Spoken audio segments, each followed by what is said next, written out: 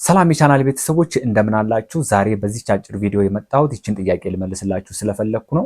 ሌሎች ጠቃሚ የሆኑ ረጃጅም ቪዲዮዎችን እያዘጋጀሁላችሁ ስለሆነ በእነሱ እስከምንገናኝ ድረስ ሰብስክራይብ፣ ላይክ እያደረጋችሁ የቻናሌ ቤተሰብ ሁኑ።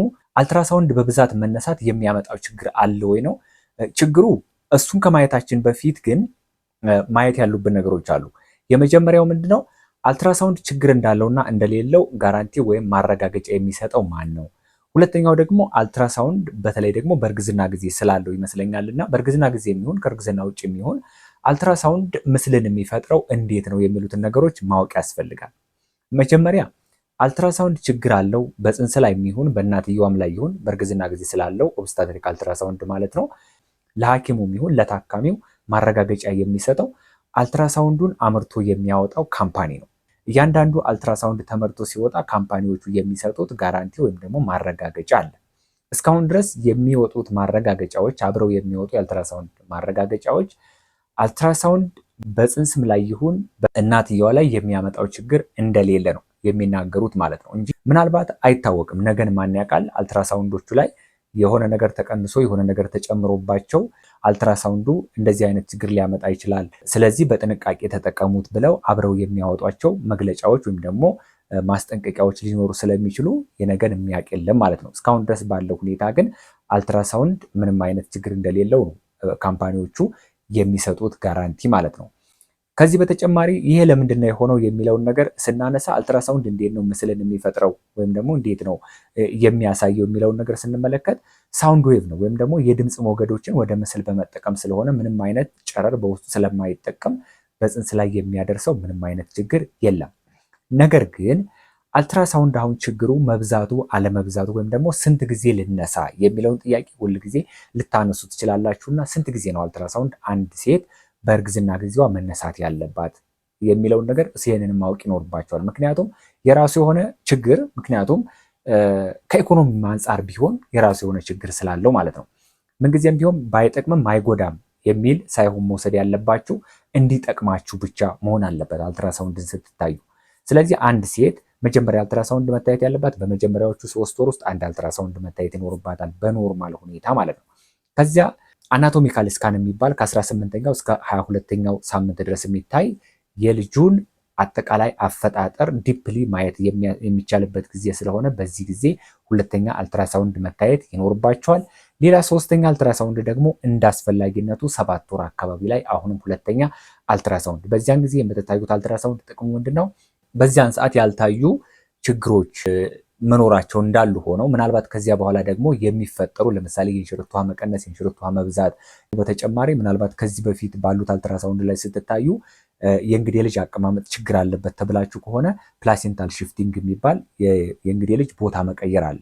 ያ ቦታ ቀይሯል አልቀየርም፣ ተሻሽሏል አልተሻሻልም፣ በዚያው ነው የቀጠለው ወይስ ደግሞ እንዴት ነው የሚለውን 7 ወር አካባቢ ላይ መታየት ትችላላችሁ። ሶስተኛ አልትራሳውንድ ማለት ነው።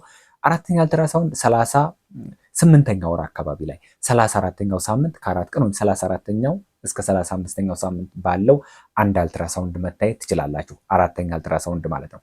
አምስተኛ አልትራሳውንድ ተርም ከገባችሁ በኋላ በዚያን ሰዓት የምትታዩት አልትራሳውንድ ከዚህ በፊት ምናልባት ትክክለኛ የሆነ አቀማመጥ ኖሮትም ከሆነ አቀማመጥ ቀይሯል። 38ኛው ሳምንት አካባቢ ማለት ነው።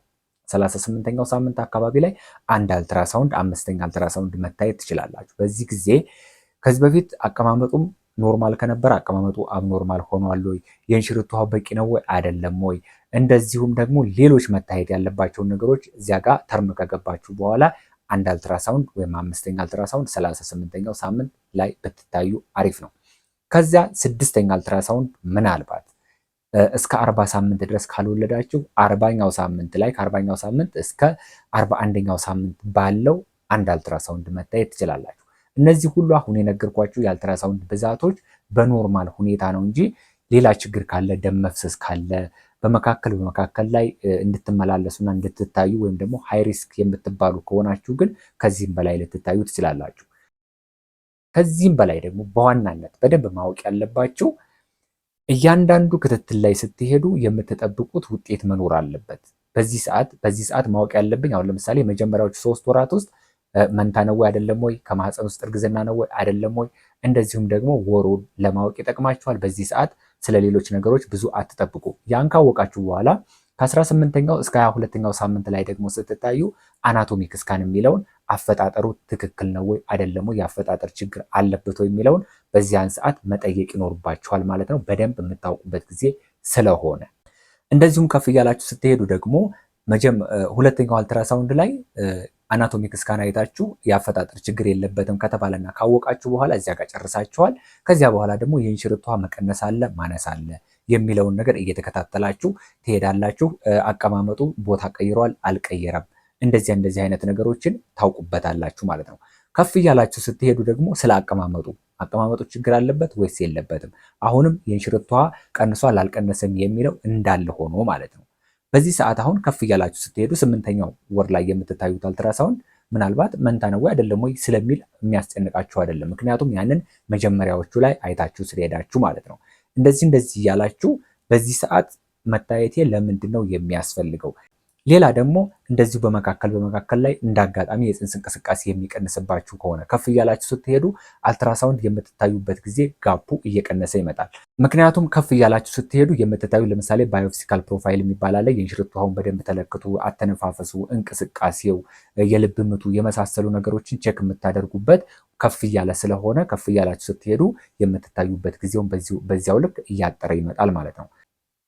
ሌሎች ደግሞ በስፔሻል ኬስ ቶሎ የምትታዩባቸው ሁኔታዎች ይኖራሉ። ለምሳሌ መንታ እርግዝና ካለ፣ የእንሽርቷ መጠን መቀነስ የሚኖር ከሆነ ወይም መብዛት የሚኖር ከሆነ፣ የእንግዴ ልጅ ወደ ታችኛው የማህፀን ክፍል ዝቅ ብሎ ከሆነ የበቀለው፣ እንደዚህ አይነት ነገሮች ካሉና በመካከል ላይ ክትትል የሚያስፈልጉ ለምሳሌ የአፈጣጠር ችግር አሁን ለምሳሌ ማይልድ ሞዴሬት የሆኑ በጣም አስፈሪ ያልሆኑ የአፈጣጠር ችግሮችም ሊያሳዩ ይችላሉ። በመጀመሪያዎቹ የአልትራሳውንድ ወይም ደግሞ አናቶሚክ ስካን በምትታዩ ጊዜ ማለት ነው። በዚያ ሰዓት ተነግሯችሁ ብዙም አያስፈራም ክትትል አድርጌ ከተባለ ክትትላችሁ እየጠበበ ብዙ አልትራሳውንድ ልትታዩ ትችላላችሁ ማለት ነው። ከዚያ ውጭ ግን በኖርማል ሁኔታ አሁን በነገርኳችሁ መሰረት በስኬጁል አልትራሳውንድ መታየት ይኖርባችኋል። ከዚያ ውጭ የሚያመጣውም ችግርም የለም። ነገር ግን አላስፈላጊ የሆነ ባይጠቅም አይጎዳም በማለት አልትራሳውንድን በየጊዜው መታየትም ብዙም ጥቅም የለውም ማለት ነው። ይህን ቻናል ሰብስክራይብ ካላደረጋችሁ ሰብስክራይብ አድርጉ። በተከታታይ ጠቃሚ የሆኑ ረዘም ያሉ ቪዲዮዎችን አዘጋጅቼ የማመጣላችሁ ስለሚሆን በዚያን ሰዓት በጣም ይጠቅሟችኋል ማለት ነው። ሰብስክራይብ አድርጉ፣ ላይክ አድርጉ፣ እንደዚሁም ደግሞ ለሚጠቅማችሁ ሼር አድርጉላቸው። ቴንኪው